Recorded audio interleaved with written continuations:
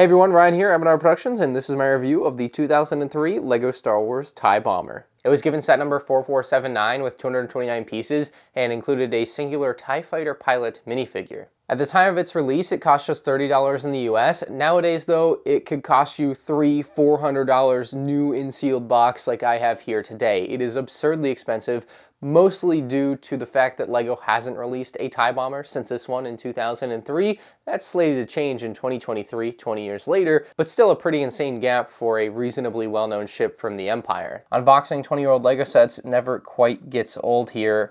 This one without using the thumb tabs, of course, because I don't want to have a bad-looking box. Other than that, most sane people would have used the thumb tabs there. It's a pretty standard unboxing experience. You just have the bags with holes so the parts can breathe. More parts, a few parts actually come loose inside the box, and then the instruction manual, very large instruction manual. And this is actually an interesting bit. I didn't know this. So typically your box art and your instruction art will match up. However, they have the 2003 style box art that this set was released in, along with the 2004 style box art for the instruction manual in my particular package. I don't know if this was the case in all of them. It's definitely something that happened in this era. I just didn't know it happened on this specific set because I know that this specific set was not released with this box art.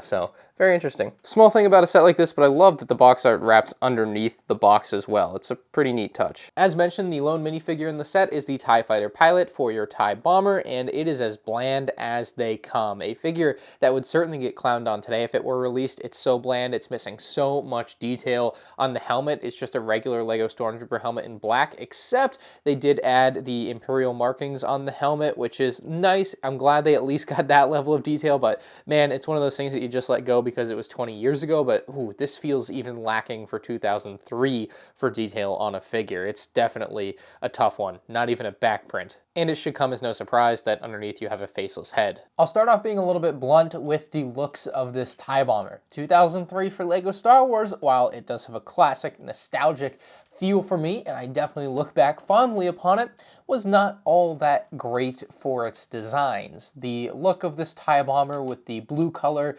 certainly doesn't age particularly well and won't fit great into your collection unless you have other blue TIE fighters from the era, which could be a very cool collection, mind you. You can have a very nice classic LEGO Star Wars collection and have a lot of these awesome ships, but on its own, this doesn't really fit into a lot of things people might have from modern day LEGO Star Wars sets. Now, the only knock against it from a play set perspective, I would say, is that it does have a few too many joints here that are too weak. So you can see everything kind of is separate and it moves and it's a little creaky and weird. And I definitely don't like that aspect of it. And I did previously own a used version of this. And from what I could tell, it didn't age particularly great. The thing was just wrecked and everything was even looser than this is. And this is brand new out of the box, mind you. So it's something to keep in mind with these early LEGO Star Wars playsets. If you're even looking into buying a used model, they could show up in pretty rough condition, and that's what ended up pushing me to buy one new in the box here today. Now, one of the things these early TIE fighters did well were their cockpit pieces. Beautiful design. This one not including the red studs. I definitely prefer it with the red studs on there. It kind of feels naked without them, but the print is great for the early 2000s, and then this one in particular has a smooth hinge here, so you can lift it up really smooth, and it kind of holds it in place no matter where you leave it, so I really like and appreciate that. I think that's a better piece than what they would typically use on that in later years, but there you can see the inside of the cockpit really just empty, and that's really unfortunate here. There's not a lot going on there. There's not even like a control panel on the ground that they would do in some models, so yeah, I find that to be a bit lacking. But of course, the space isn't completely wasted because it's what you can do with your pretty bad TIE Pilot minifigure. But yeah, he fits right in there. You close that up and it's good enough for 2003. Now behind the cockpit, you'll have a very well hidden hatch here with the same smooth hinge piece. You can open this up, and inside you'll find 3 little bombs for the TIE Bomber, of course. And to use that function, all you have to do is pull back on this rear engine and it will drop the bombs. So you pull back on this and they drop out very easily. It has the rubber band here that helps pull it back into place after you've dropped the bomb, so it just kind of snaps back in. This is another piece that can wear poorly over time, but fresh out of the box 20 years later, still works fine. And then one final interesting note on the pilot side of the ship is the translucent blue barrier behind the pilot between him and the bombs that we just saw. You can actually see back there, which is really kind of a cool touch as far as the color theming on the ship goes. On the other side of the TIE Bomber, we've got a couple of awesome printed flaps holding back the projectile for what is the best spring shooter that LEGO has ever made. It is the Big FU shooter. So if you pull this out, you can see the massive missile inside, just giant rubberized tip so that it doesn't hurt that much. And then there's this cone piece back here, and all you have to do is pull back on this and it shoots out. I'll just give you a close shot here. Bang.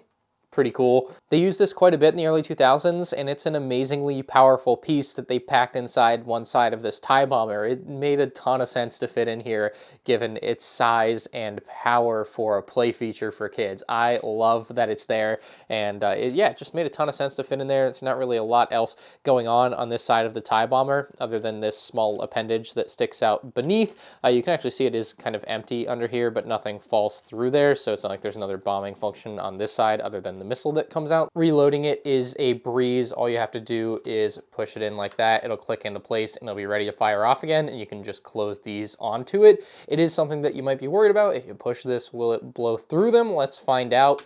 Oh, it does! And it still had quite a bit of power to travel. That's kind of crazy. Given the insane price on the secondary market and that LEGO is releasing a new TIE Bomber for 2023, I find it impossible to recommend this one to anyone but the most hardcore of LEGO Star Wars collectors that want to have one of those early classics, something that shows you where LEGO Star Wars came from. And this is definitely a great example of how bad it was in those early days. I love this set, don't get me wrong, but it is not a good LEGO Star Wars set. It's got a pretty bad minifigure, it's got a pretty crazy build with a lot of weak points, but it does have those fun play features that maybe kids back in the day were able to enjoy. This one will certainly be appreciated through a glass case. It's tough to give a rating to something like this because of its age. From a nostalgia perspective, an 8 out of 10, but a realistic perspective, probably a 5 or 6 out of 10. It's just not that good, even by 2003 standards, probably. So let me know what you think of this one in the comments below. If you enjoyed, hit the like button. You can check out more LEGO Star Wars 2003 set reviews on the end screen now.